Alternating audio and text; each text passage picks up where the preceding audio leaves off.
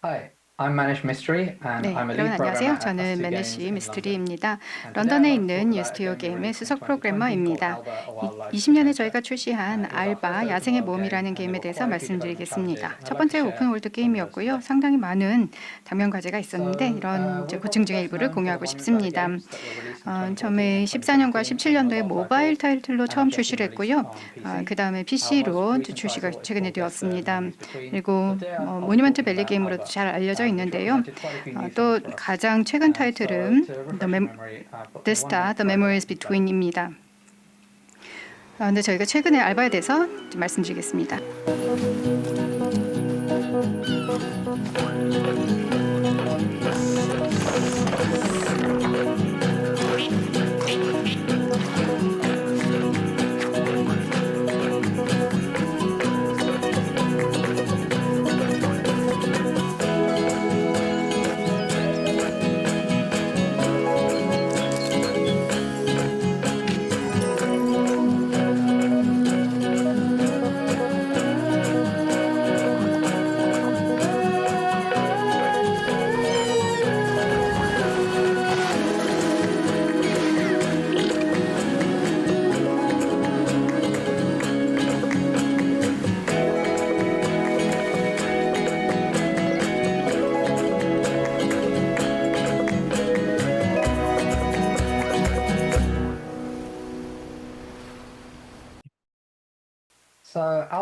네, 알바는 싱글플레이어 서드퍼슨 오픈월드 어드벤처 게임입니다. 이 소녀가 지중해 섬에 있는 저부모님을 여름 휴가 기간 동안에 방문해 있는 상황을 플레이를 하는데요. 뛰어다니고 현지들과 이야기를 하고 귀여운 동물들, 야생동물 사진 찍고 하다가 결국은 이제 이 섬의 자연이 위험에 처해 있다는 것을 알게 됩니다. 그래서 핵심 테마는 인간과 자연의 관계, 공존입니다. 이 게임을 2년 반 동안 작업을 했는데 처음에는 2명밖에 없었습니다. 굉장히 간단한 프로토타입, 이제 핵심적인 기능 그리고 메인 필러들이 있는 게임으로 시작을 하였고요. 그 다음에는 계속 이제 확장이 되면서 이제 팀이 30명까지 늘어났습니다. 저희가 애플 아케이드에서 뭔가 출시하는 이제 두 번째였거든요. 그래서 단순하게 모바일뿐만이 아니라 또 여러 플랫폼으로 PC, 콘솔로도 이제 출시하였습니다. 그리고 개발 마지막 해는 2022년이었는데요. 거의 모든 작업을 봉쇄령 하에 진행을 하였습니다. 그래서 저에게 또 새로운 도전이기도 했습니다. 오늘 말씀드릴 내용은 기본적인 프로젝트 구조 그리고 이 월드 제너레이션 시스템의 좀 더 비파괴적이고 절차적인 이 도구에 대해서 말씀을 드리고요. 저희가 직면을 했던 성능 문제에 대해서 상세히 말씀드리겠습니다. 프로젝트 구조입니다. 여기 있는 것이 이제 기본적으로 모든 이제 씬을 로드를 한 씬뷰입니다. 멀티씬 설정으로 본 것인데요. 위치 및 콘텐츠 유형별로 구성이 되어 있습니다. 이제 농장에 관련된 뭐 여러 가지 퀘스트나 있고 모든 이제 테레인 툴이나 동물들 포함되어 있고요. 이런 이제 멀티씬 설정 때문에 크로스 씬 레퍼런스가 반드시 들어가 있어야만 했습니다. 그래서 유니티 존도 사용을 하고 그리고 크로스 레퍼런싱, GitHub 리포지토리도 사용을 해서 이제 또 커스텀 솔루션도 사용을 해서 대응을 했습니다. 다 장단점이 있었는데요. 그것을 적절하게 조합을 해서 사용을 하였습니다. 게임에서 이제 유니티 시스템을 사용하니까 유니티 트레인을 사용을 하여서 모든 유니티 내부 실도 AI에 대해서 사용을 했고요. 카메라 작업은 시네머신으로 그리고 유니티 입력 패키지를 사용을 하였습니다. 그 당시에는 프리뷰 단계였긴 했지만 그래도 좀 좋다고 생각했기 때문에 저희가 선택을 했고 옳은 선택이었습니다. 대화나 스크립팅에 펑거스와 같은 서드파티 소프트웨어 사용했고요. 오디오에는 와이즈 그리고 3D에는 마야 그리고 로그메시 생성에는 인스톨 로드를 사용을 하였습니다. 저희 개발 스타일은 반복과 유연성이 핵심입니다. 굉장히 많은 커스텀 툴링, 기즈모 사용을 했고요. 유니티를 사용을 하면서 점차적으로 더 편안하고 자신감 있게 에디터, 윈도우 그리고 툴들, 기즈모들 사용하게 되었습니다. 그래서 유니티를 쓰는 것의 가장 큰 장점이라고 저는 느끼고 있습니다. 이제 월드 제너레이션과 관련해서 들어가 볼게요. 이제 비파괴적인 월드 제너레이션인데요. 이제 굉장히 모듈화되고 유연한 방식으로 이터레이션 할 수 있다는 겁니다. 이제 많은 이제 플리지와 나뭇잎들이 있는 것들은 이제 트리 시스템을 통해서 만들고 이제 유니티 트레인으로 재현을 한 것입니다. 처음에 뭔가 자연 환경을 만들려고 했을 때는 이제 유니티 트레인이 아주 자연스러운 선택이었습니다. 그래서 유니티 트레인이 뭘 해줄 수 있는가를 보았는데요. 이제 빌트인 툴은 거의 뭐 페인팅 툴 같았습니다. 그래서 포토샵에서 사진을 리터치하는 것처럼 하는 방식이었는데 굉장히 결과물은 예뻤지만 이제 그림을 그리는 과정이어서 하나하나가 다 파괴적이었습니다. 예전에 했던 것을 덮어 쓰고 그리고 또 한 곳에 그렸던 것을 들어다가 다른 곳에 옮기고 이런 것을 할 수가 없었습니다. 그래서 특히 저희 작업 방식 때문이라도 더 유연한 것을 선택해야 된다라고 생각을 했습니다. 그래서 앱지의 접근 방식에 상당히 많은 영향을 받았는데요. 메시어 볼륨을 주위에 배치를 하고 그것을 이제 하이트맵에다가 렌더링을 하면 이게 평평한 시트인것처럼 함께 펼쳐지는 겁니다. 그래서 이것을 이제 선택을 해서 저희가 원하는 솔루션으로 진행을 했었습니다. 단순하게 볼륨과 메시만 있는 것이 아니라 하나하나가 절차적인 트레인 기능들입니다. 그래서 어느 정도 현실적인 기능을 수행을 하면서 그래도 모듈식으로 해서 옮길 수 있고 또 지형에 대해서 하이트맵으로 렌더링하는 똑같은 프로세스를 거치게 됩니다. 그래서 기즈모의 방식이 이런 식이었습니다. 그래서 이 뒤쪽에 있는 것은 일종의 가짜 리얼타임이죠. 그래서 베이킹 시간을 없애기 위해서 이제 비디오 속도를 높여서 보여드리고 있기는 한데요.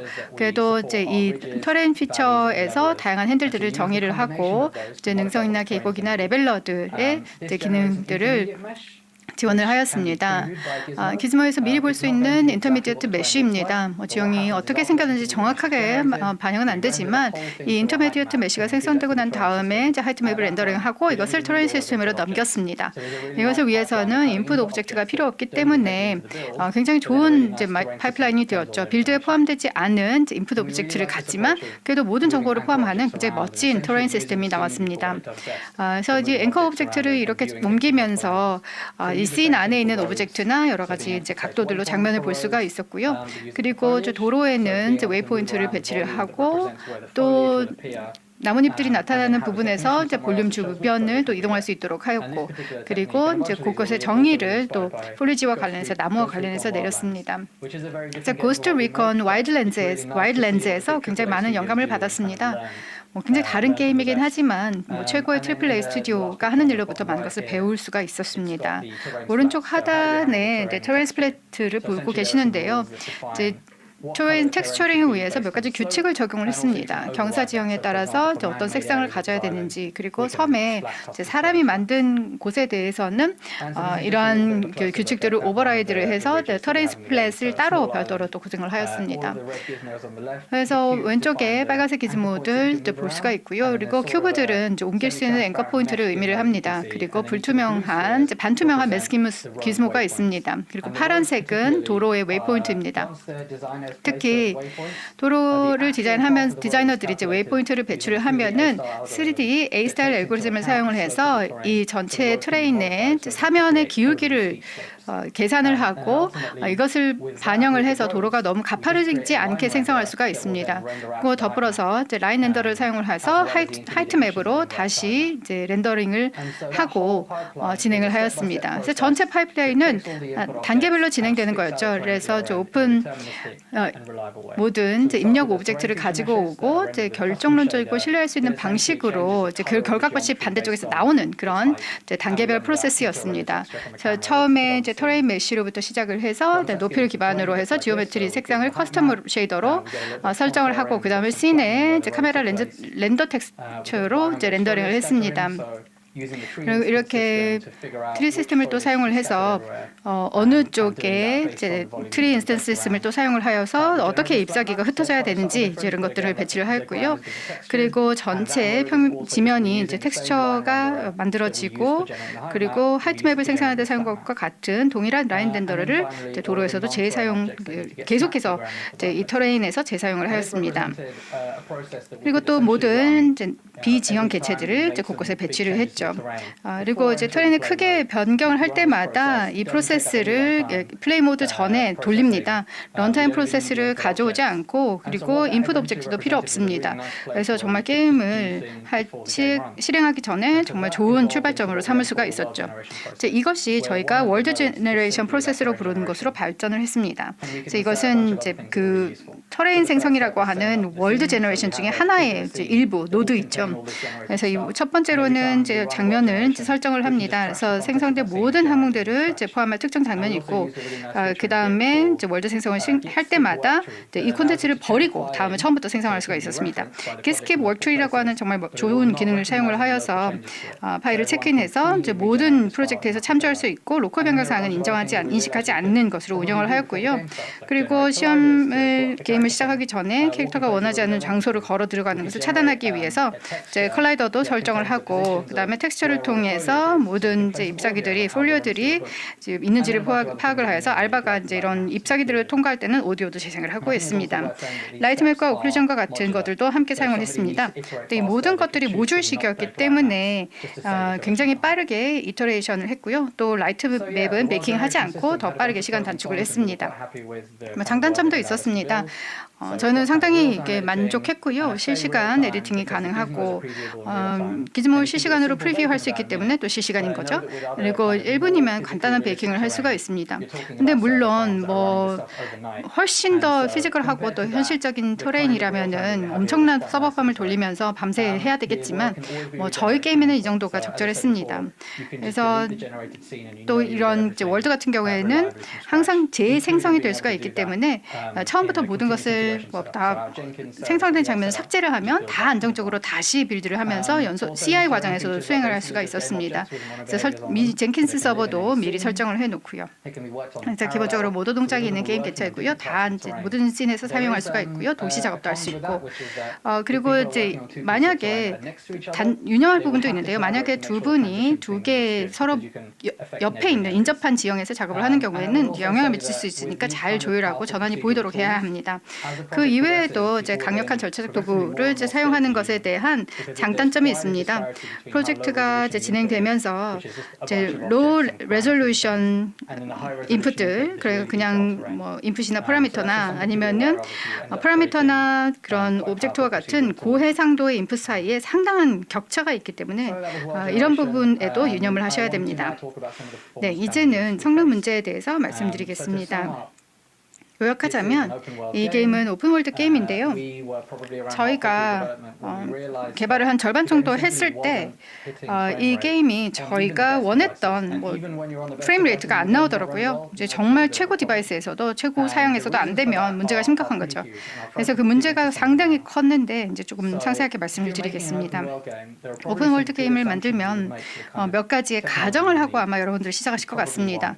기술적인 가정을 할 텐데 이제 컨텐츠 스트리밍이나 아니면은 이제 로드용 임포스터 기반 렌더링 부분이나 아니면은 이제 시선을 고려를 해서 이제 비밀의 로딩 영역을 만드는 것 등을 이제 아마 가정을 하실 텐데 저희는 그거를 하나도 하지 않았습니다.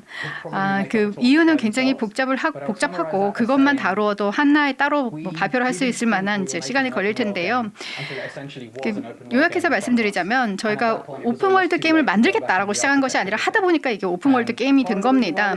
그래서 처음부터 다시 다 설계하기는 너무 늦어진 거죠.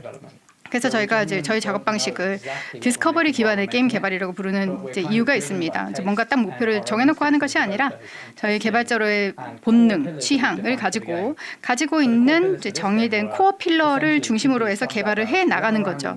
그래서 코어 필러는 자연에서 뛰어다니면서 새 사진 찍고 활동을 하는 거였습니다. 그래서 그거를 하나의 가이드 삼아서 계속 오다 보니 상당히 진척이 되었는데 이게 기술적인 타당성에 문제가 있다라는 것을 깨닫게 된 겁니다. 그래서 완전히 다 뒤집을 수는 없으니까 이제 성능을 가장 높은 우선순위로 해가지고 다시 프로젝트를 전체를 살펴보게 되었는데요. 일단은 이제 타겟 디바이스에서 잘 되고 있는지를 판단하고 이제 평가를 해보는 것이 중요한데요. 저희의 타겟 디바이스는 아이패드 미니 4고 저희 목표 프레임은 30fps였습니다. 아이패드 미니 4는 굉장히 높은 iOS 버전을 가지고 있지만 또 화면은 고해상도이지만 그 GPU는 이것을 받쳐줄 만큼 힘이 없다라는 뭐 그런 디바이스였죠. 어떻게 보면 세계 최악의 디바이스였습니다. 성능도 이제 프로파일링 툴에 의해서 진행이 되어야만 합니다. 그래서 저희가 정기적으로 이제 해야 되는 루프 있고 굉장히 중요한 부분입니다. 그래서 우선 처음 측정을 해서 베이스라인 잡고 뭔가 변경을 하고 그다음에 다시 한번 재측정을 해가지고 현재 상황이 어떻게 개선됐는지 변경을 한 내용이 이제 긍정적으로 영향을 미쳤는지 아니면은 뭐 잠재적으로 더 나쁘게 만들었는지를 이제 파악을 할 수가 있습니다. 최적화에는 두 가지 종류가 있는데요. 또 표적화된 최적화가 있습니다. 특정 요거를 최적화하겠다라는 것을 결정을 하셔서 그것을 이제 파고드는 겁니다. 아니면은 두 번째 방식은 베이스라인 최적화라서 전반적으로 좀 더 최적화를 하는 거죠. 여기서 굉장히 중요한 것이 자동화된 프로파일링입니다. 그래서 이것은 측정, 최적화 측정이라는 이제 부분에서 조금 벗어나는 건데요. 일주일, 2개월, 6개월 단위로서 계속해서 자동화된 프로파일링을 하고 이제 타겟 디바이스에서 프레임워크가 나오는지를 확인을 합니다. 그리고 중요한 게 평균만 보는 것이 아니라 스파이크도 봐야 됩니다. 그래서 평균 프레임 레이트만 보면 뭐 이 섬의 특정한 지점에 갔을 때 특정 방향을 보면 프레임 레이트가 확 떨어진다라는 것을 잡을 수가 없습니다. 그래서 이런 것이 굉장히 중요하거든요. 그래서 프레임 레이트 데이터를 이제 분석을 하려면 스파이크 내용도 반드시 포함이 되어야 됩니다. 그리고 마지막으로 최악의 시나리오에도 이제 대응을 해야 됩니다. 여기 신경을 써야 됩니다. 베스트 케이스 시나리오만 생각을 하면서 이제 좋은 계산하고 이제 다 그거 잘 될 거라고 생각을 하면서 빠르게 진행하는 그런 유혹을 느끼기가 많을 텐데요. 최악의 시나리오가 뭐 현실화되는 경우가 워낙 많기 때문에 이 최악의 시나리오도 굉장히 신경을 쓰면서 집중해서 대응을 하는 것이 중요합니다. 네, 저희의 첫 번째 단계는 측정이었습니다. 그래서 이 화면에서 저희가 사용했던 모든 프로파일링 툴의 이제 스크린샷을 보실 수가 있는데요. 유니티 프로파일러 있고, 유니티와 함께 오는 스탠다드 프로파일러이고요. C# 스크립트를 통해서 이제 UI 성능 볼 수가 있고, 그리고 뭐 이것만 써도 뭐 그만둘 수 있었겠지만, 굉장히 많은 유용한 툴들이 있고, 그리고 모두 다 존재 이유가 있죠. 그래서 이제 유니티에 정말 샤웃아웃을 해야 될 것 같습니다. 이제 기본적으로는 저희에게 더 많은 것을 이제 써봐라. 이걸 해라라고 계속 끌어당겨주고 소리도 질러주시고 하는 것 같습니다. 이제 위쪽에 있는 것이 모든 이제 유니티 내장 도구입니다. 프로필 애널라이저, 프레임 디버거, 메모리 프로파일러입니다. 네 가지 가운데 가장 독특한 것이 프로파일 애널라이저입니다. 패키지 안에만 있는데요. 프로파일러 데이터를 가져와서 그 위에 통계 분석을 수행을 합니다. 그래서 예를 들어서 프로파일러에서 200개 프레임을 캡처를 하면 프로파일 애널라이저가 와서 이 모든 프레임에서 가장 고비용인 프레임을 식별을 합니다. 지금 멋진 것이 변경을 하고 난 다음에 다시 확인을 할 때 200개 프레임을 다시 가지고 와서 이 200개를 첫 번째 잡았던 200개 프레임이랑 비교를 할 수 있다는 겁니다. 그래서 어디에서 비용을 절감할 수 있는지 정말 잘 비용을 할 수가 있고요. 그다음에 뭐 엑스코드 프레임 디버거, 인스트루먼트 타임 프로파일러, 인스트루먼트 게임 성능 모두 상당히 유용했습니다. 그래서 디바이스에서 프레임 캡처를 수행을 해서 이제 렌더링 대상을 정확히 파악을 하거나 아니면은 어떤 부분들이 실행 중에 있는지 시간 프로파일러를 통해서 볼 수가 있었고요. 그리고 스레드 사용량을 게임 성능 프로파일러를 통해서도 볼 수가 있었습니다. 이걸 다 했는데 보니까 이제 거의 다 뭐 완전히 다 어디서든 다 비싸더라고요. GPU에서 이제 폴리지도 너무 비쌌고 임포스터를 사용을 했지만 이제 CPU 렌트 스레드와 GPU가 너무 오브젝트 수가 많아서 이제 거의 압도당하다시피 했습니다. CPU 메인 스레드에서 너무 애니메이터가 비싸고 많은 작업을 수행해야 되는 그런 오브젝트들이 많았고요. 메모리 충돌도 있었고 그래서 어디부터 손대야 될지 모를 정도로 정말 최악의 상태였습니다. 그래서 여기서 저희가 잡을 수 있는 전략은 이제 선택적인 집중을 해서 하나씩 정복을 해 나가는 거였죠. 그래서 완전히 다 뒤집어 엎기는 너무 늦었기 때문에 하나씩 한번 해보았습니다. 그래서 저희가 뭐 어떤 비용 절감 효과를 거두었는지 좀 보여드릴 텐데요. 첫 번째 이제 폴리지 렌더링 관련해서는 저희가 이제 멀티패셋 러드 시스템을 이제 버스트 앤 잡 형식으로 진행을 했습니다. 그리고 포토그래픽 메커닉도 있었는데요. 여기에서도 효과를 얻었고 몇 가지 소소한 개선도 있었고 그 외에 커스텀 분석도 한 내용 또 말씀드립니다. 폴리지 렌더링과 관련해서는 이제 임포스터 기반의 로드를 사용했습니다.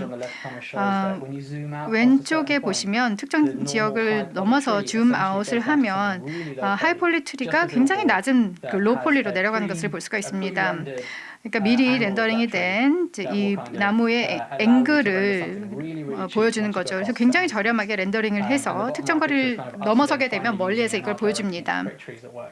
그래서 처음에는 굉장히 효과가 좋았습니다. 모습도 괜찮았고 그런데 이것을 디바이스에서 돌려보니까 성능이 안 나오더라고요. 더 나빴던 것은 GPU에서 가장 성능이 나빴다라는 겁니다. 왜 굉장히 저렴한 방식인데 왜 그럴까 좀 놀랐습니다. 그래서 이제 엑스코드 프레임 디버거를 해봤는데요. 렌더링하면서 프레임을 캡처를 할 때 이 프레임에 대해서 모든 그 쉐이더에서 소요되는 시간을 계산을 하고 이제 시간 순으로 쭉 정렬을 해줍니다. 그 가장 왼쪽에 있는 것이 각각의 이제 임포스터 빌보드에 사용된 쉐이더였습니다. 그래서 이게 왜 이렇게 비싼가?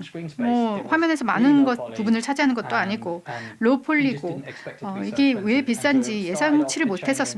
그래서 이제 조사를 하기 시작을 했습니다.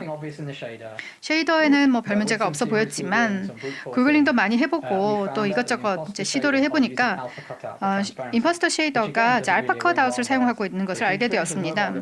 뭐 모바일 개발 게임이 있으시다면 그게 어떤 의미인지 아실 것 같습니다. 어떤 종류의 투명도이던 이제 모바일에서는 타일 기반 렌더러의 이제 히든 서비스 리무버를 깨트립니다. 히든 서비스 리무버는 이제 폴리곤들이 많고 이게 불투명하고 겹친다면은 GPU는 제일 앞에 있는 폴리곤에 대해서만 프래그먼트 쉐이더를 이제 평가를 합니다. 뒤에 있는 건 다 불투명하기 때문에 전혀 뭐 안 보이는 거죠. 그런데 만약에 이제 투명성의 순서가 있다라고 하면 이 최적화가 없어집니다. 다 이제 투명한 가장자리가 있다면 뒤에 있는 나무를 볼 수가 있어야 되니까 하나하나 다 렌더링하면서 이제 알파 컷아웃 하게 되면은 이제 투명도 때문에 최적화가 다 없어져 버렸습니다. 그래서 디바이스에서는 안 됐지만 저희가 테스트를 데스크탑에서 돌렸기 때문에 전혀 이것을 미리 알지 못했던 겁니다. 그래서 대응하기 위해서 무엇을 했는가 보면요. 아트팀에 가가지고 우선은 완전히 트리에 대한 나무에 대한 아트 디렉션을 새로 했습니다. 투명도 없애고 퓨어 지오메트리로 했습니다. 그래서 최종 경험 게임에서 이렇게 나왔는데요. 이제 각 쌍쌍을 보게 되면은 왼쪽 상단에 있는 것이 레귤러 노멀이고요. 그 옆에 있는 것이 트랜스퍼 노멀입니다. 그래서 흥미로운 방향인데요. 정말 고충실도의 하이 피델리티의 환상을 만들어주는 그런 디렉션이었습니다. 이제 퓨어 지오메트리 트리라는 사실을 보완하기 위해서 트랜스퍼 노멀을 선택을 했습니다. 그래서 좀 더 이제 나무랑 덤불을 살짝 부드럽게 만들어준 거죠. 일반적인 노멀을 사용했을 때는 불가능했을 겁니다. 이제 나무가 지오메트리 기반이었기 때문에 로드를 정말 잘 만드는 것이 중요했고요. 예술 로드를 통해서 모든 거리에서도 예뻐 보이는 나무를 만들었습니다.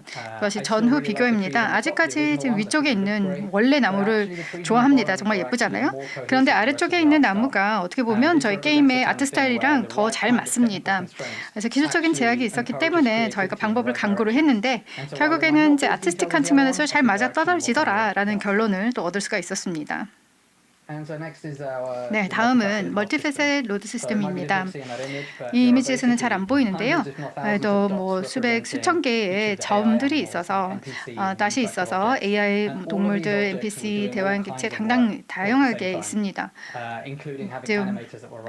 애니메이터를 뭐 실행하는 것과 포함해서 모든 종류의 작업이 이제 이와 관련해서 동시에 수행되고 있었는데요.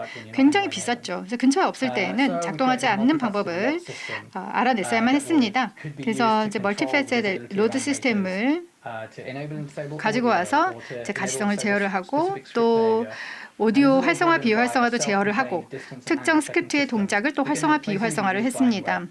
그래서 어디에서나 사용될 수가 있었고요. 뭐 본질적으로 아이디와 트랜스폼 정보를 이제 전달을 하고 굉장히 빠르게 독립적으로 거리와 각도 검사 시스템에 의해서 이제 결과값을 얻을 수가 있었습니다. 몇 가지 장점이 있었는데요. 유니티의 도움으로 이것을 또 버스트 앤 잡 포팅을 하였습니다. 그래서 최종적으로는 몇 밀리세컨드에서 1밀리세컨드 미만으로 시간을 단축할 수가 있었고요. CPU 시간에서 굉장히 큰 덩어리를 덜어낼 수가 있었습니다. 네, 스페이스 파티션이 도움이 되는지 또 시도를 해보았습니다. 근데 별 효과는 없었습니다. 한 곳에서 다른 곳으로 이제 옮기는 것에 불과했거든요. 거의 대부분의 이제 게임에서 이 지점에서는 우리가 어디에 신경을 써야 더 많은 비용을 절감할 수 있는지 신경을 썼어야 됐기 때문에 더 중요한 쪽으로 이제 신경을 돌렸습니다. 그 다음에 프로파일링하기 어려운 거 몇 가지 말씀드립니다. 엑스코드의 다양한 전문가 프로파일러가 도움이 되는 부분인데요. 타임 프로파일러 같은 경우에는 디바이스에서는 기본적으로 디바이스에서 작동하면서 엔진까지의 호출을 다 보여주는 딥 프로파일러 버전입니다.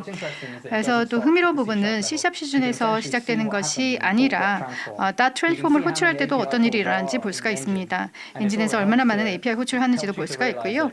그래서 아마도 반복적으로 유니티 API 호출을 하는 것은 피해야겠다라는 것을 깨닫게 됩니다. 워낙 비싸니까요. 그리고 스크린샷에 이제 예가 있는데요. 저희가 가장 또 비용이 많이 되는 것이 닷게임 오브젝트 함수를 계속해서 호출을 하는 거였습니다.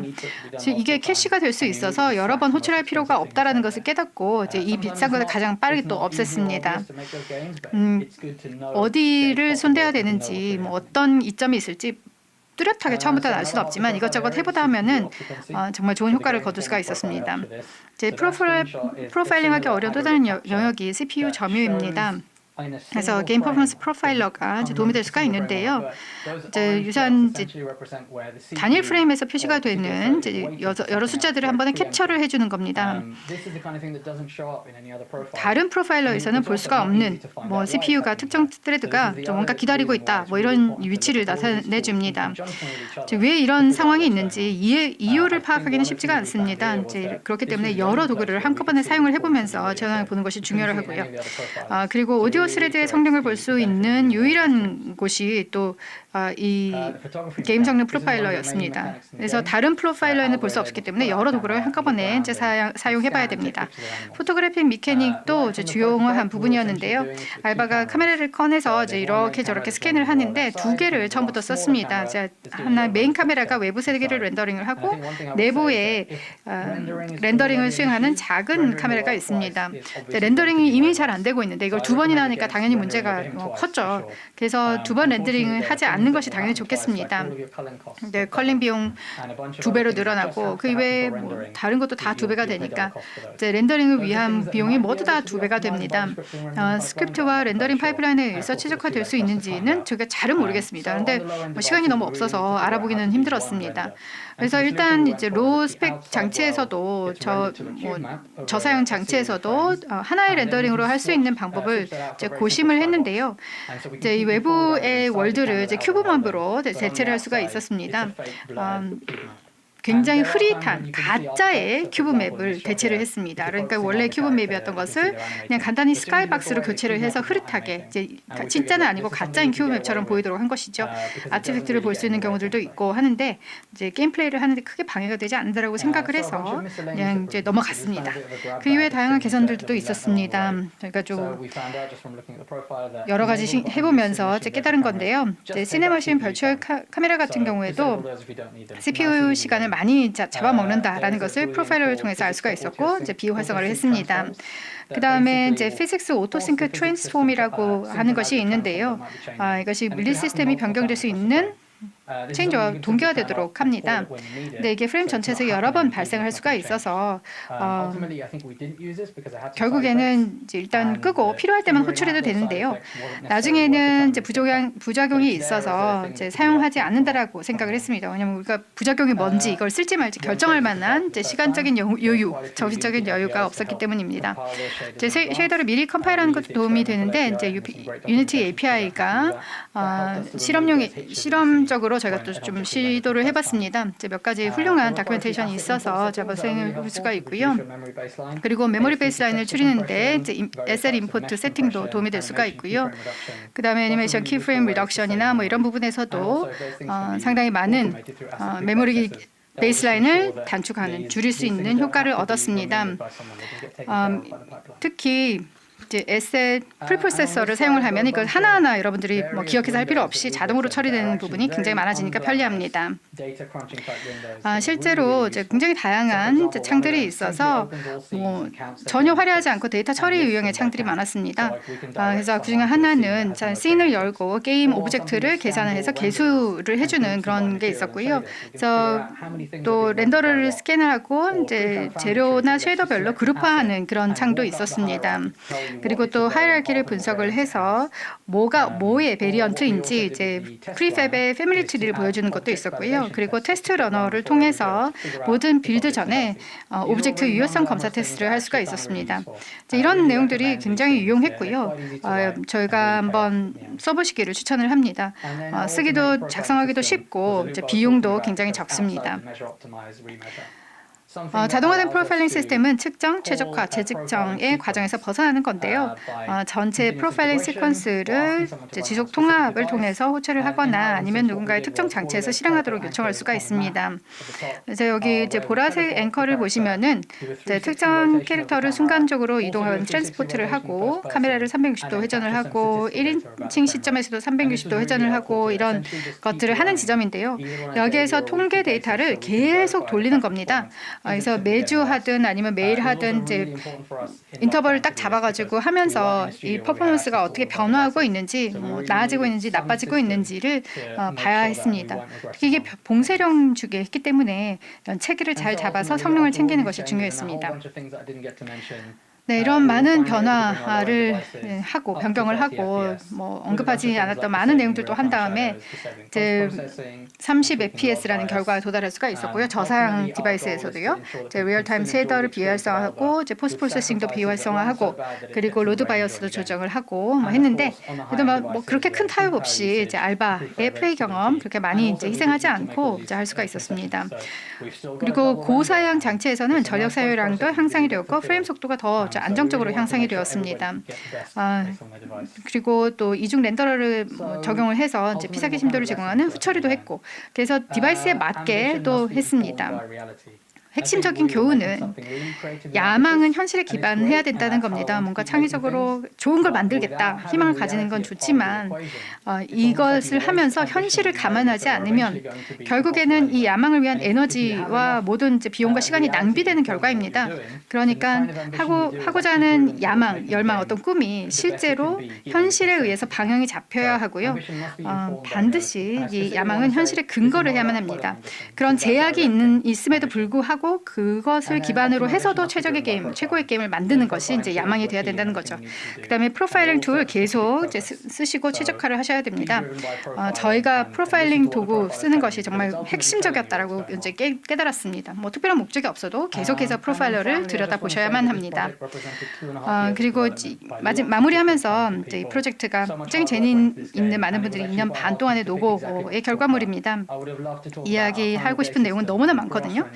타임 오브 데이 시스템이나 뭐 그래스 시스템, 다이얼로그 시스템, 애니메이션 파이프라인 너무 많이 이야기를 하고 싶은데 지금은 시간이 없네요. 또 지금 또 저희가 채용 중에 있기도 합니다. 재미있다, 좋겠다라고 생각하시면은 저희에게 합류를 해주시고요. 또 이거는 또 다른 방법이 있을 것 같은데라고 생각하셔도 저에게 오셔서 가르쳐 주시기 바랍니다. 경청해 주셔서 감사합니다.